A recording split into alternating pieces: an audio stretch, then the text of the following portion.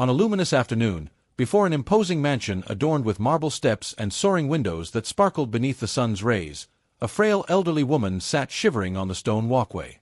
Her voice fractured as she pleaded for compassion, tears cascading down her weathered cheeks, while wisps of her silver hair tumbled helplessly to the earth.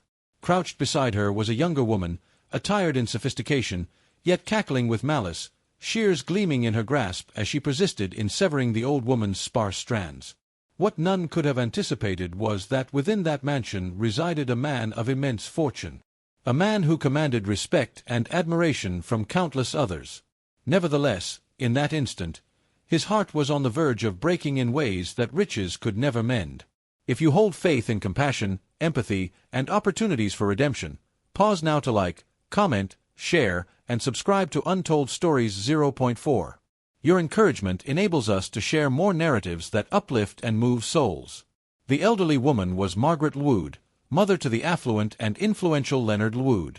While Leonard had constructed a financial empire and frequently graced the pages of prestigious publications with his polished appearance and assured demeanor, Margaret had led her existence in modest grace.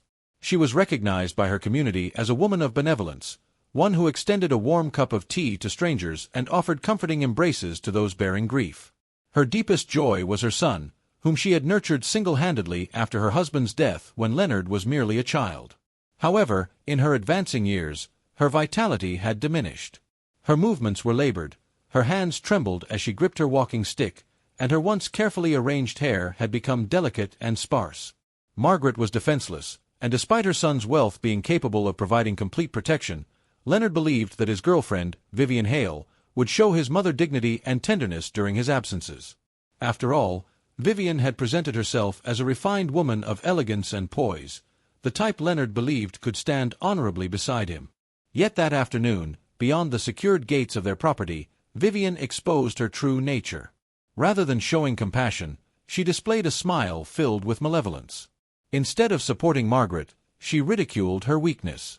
"You appear absurd with this hair," Vivian taunted, compelling Margaret into a seat. The old woman entreated quietly, pressing her trembling hands together, but Vivian merely chuckled, clutching the scissors more firmly. "Cut by cut," she trimmed, while Margaret wept and implored her to cease.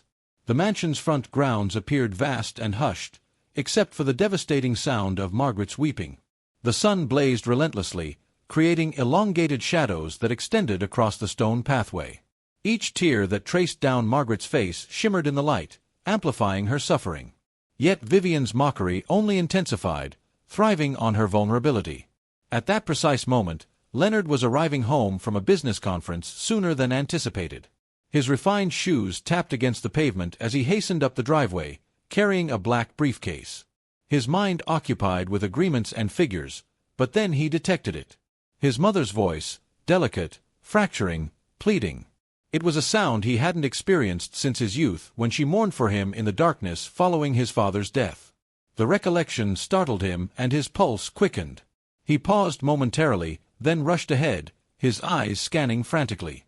What he witnessed rendered him speechless. His mother, his honor, his guardian, positioned on the frigid ground with tears flowing down her face, her hair dispersed around her like autumn leaves, and Vivian looming above her, laughing with vicious pleasure. For an instant, Leonard felt as though his world had crumbled. His chest constricted, his knees nearly gave way, but rage coursed through his body. He released his briefcase, and the sound reverberated against the stone like thunder. Vivian's amusement wavered when she noticed him, but the harm had already been inflicted. Margaret raised her gaze to her son, shaking, murmuring his name as if he represented her final salvation. Leonard hurried to her side, dropping to his knees and grasping her quivering hands, his voice breaking with both wrath and grief.